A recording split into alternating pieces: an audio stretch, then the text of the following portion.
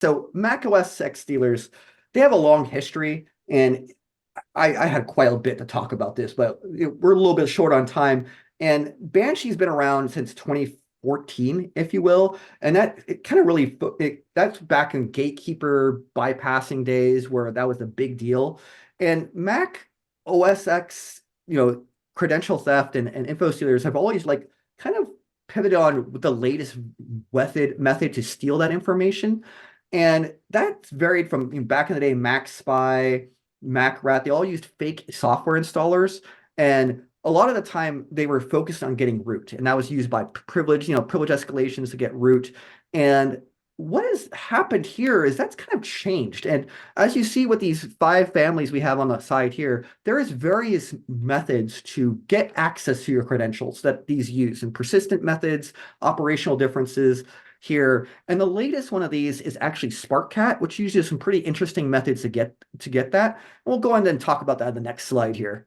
And that will be, yes, so infostealer behaviors, macOS, their iCloud and Keychain are your primary targets. That's where everyone's credentials are stored. And back in the day, plist and launch agents used to be the go-to method. OS X defenses and protections have locked those down. That's moved on to profile, Apple scripts and profile injections at kind of the later things.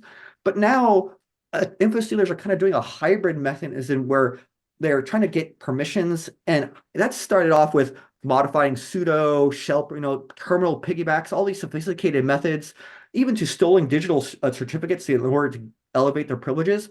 However, in the last 2 months, the biggest two things that happen are hijacking UI elements, or simply asking the user to have them run as root, and that's worked.